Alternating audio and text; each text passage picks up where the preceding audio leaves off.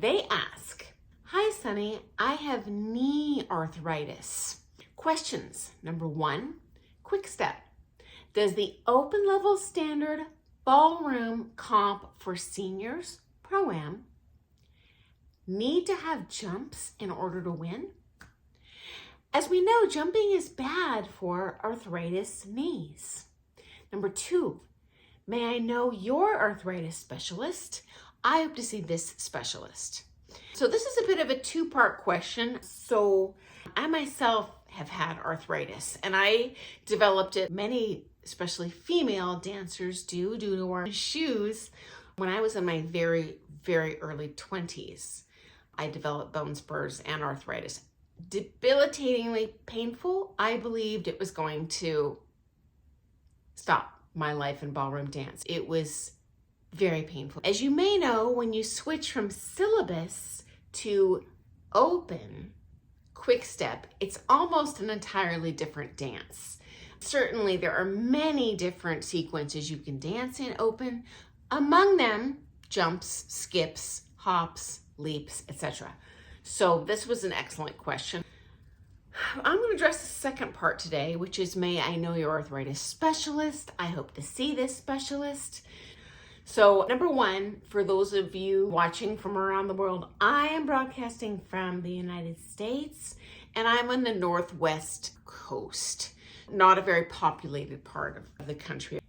In the US medical system, we have different types of medical insurance you can purchase. It's not covered by the state. You do need to purchase insurance for yourself. At that time, my insurance was through Kaiser. Kaiser is an HMO. In a nutshell, that means you must see providers only at those brand name of hospitals. Okay. To boot, you can't go see an arthritis specialist. There's a number of hoops you need to jump through. How it works here in our state is you must see the primary physician first. That's your home-based generic doctor. That generic doctor, if they think you have a worthy cause, that's up to them, will refer you to a specialist, depending on what your problem is. It is a for-profit insurance company, so the challenge is, can you even get the referral? I did, because that primary did x-rays of my feet, and right off the bat, they could see the arthritis and bone spurs. What was also interesting in the x-rays, I thought this was fascinating, they could tell that I was a hardcore dancer because of the bone density. So usually when you look at the x-ray, you see a white, I'll say, shell around the outside of the bone, and then more transparent on the inside of that bone. And when you take an x-ray of my feet to this day, it's like solid white, like metal strength. So you can tell that your feet do take a good pounding. Certainly if you're dancing as much as I did. By that level, I was championship level, and I practiced hard, guys. And I always wore heels when I was practicing 2.5-inch heels. And in my naivety at the time, I also wore heels during the day. I would never do that now, but I'm a little more worldly now. And I would advise that for you too as well, ladies, okay? I did post a separate video on how to extend your ballroom dance life. I highly recommend that if you missed it. So I'm gonna post a link to that in the description below this video. So I went to my primary, they identified major arthritis, and her first advice to me out of the chute was, oh, just stop dancing. I can't. It is so joyful and rewarding in every way. No, not gonna happen. And then her next piece of advice to me, guys, just don't wear high heels. Can't you wear tennis shoes out there? Now, mind you guys, this was years ago. Dancing with the Stars was not on TV, so the ballroom dance world was much more insular at that time, but I'm still gobsmacked. Just wear tennies.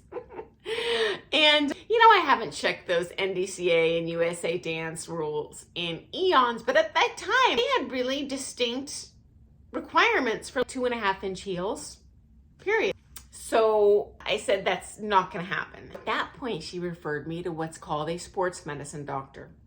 I went to the sports medicine doctor, and again, this is an HMO.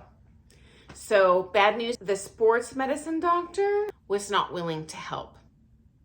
I do appreciate that they recognized that I was an athlete and lifestyle-wise wasn't an option for me. HMO rules. Yes, you can deny this person because they can wear tennis shoes and fix it. So that sports medicine doctor didn't help me. They said, you're going to have to pay out of pocket. But if you go to, what did they call it? Basically, it was a clinic for feet problems that specialized in orthotics for athletes that had foot problems.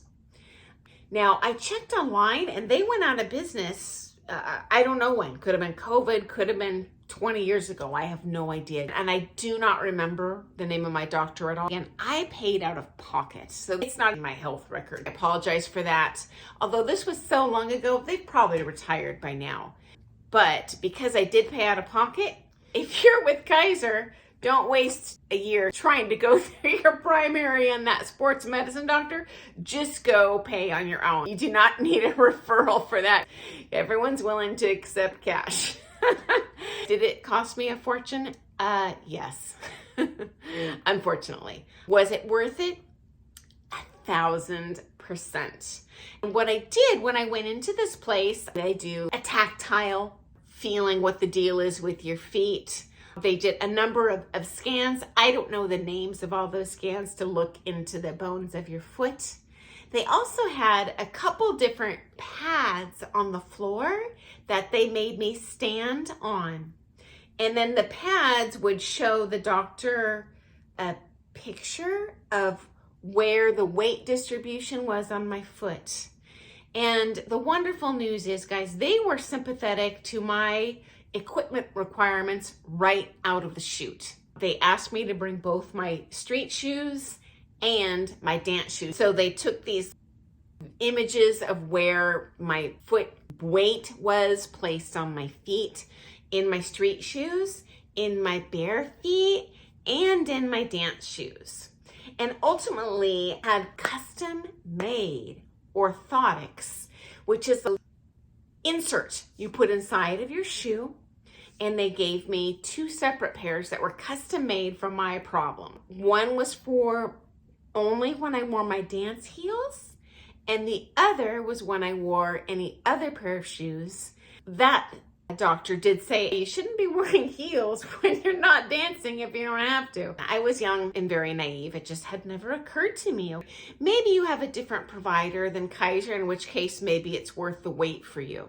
For me, my pain was debilitating. It was ultimately a waste of my time to try and go through insurance to get that done. So I apologize for that. As referenced at the beginning of this video, prevention is the best medicine for arthritis, okay? So definitely check out that link in the description below. You can save yourself a lot of hassle later. And here's the good news, guys. At least if you do smooth or standard, it's actually good for arthritis because it is so low impact on the joints. But you do need to take some extra steps to take care of your body so you can dance your whole life. So thank you for your question. If you have any more questions, please comment. Anything you have a question about, either going to have personal experience in, or you know what, I know someone who will, and I will definitely ask friends and get back to you. So thanks again, guys. Have an awesome day. I'll see you first thing in the morning. Bye.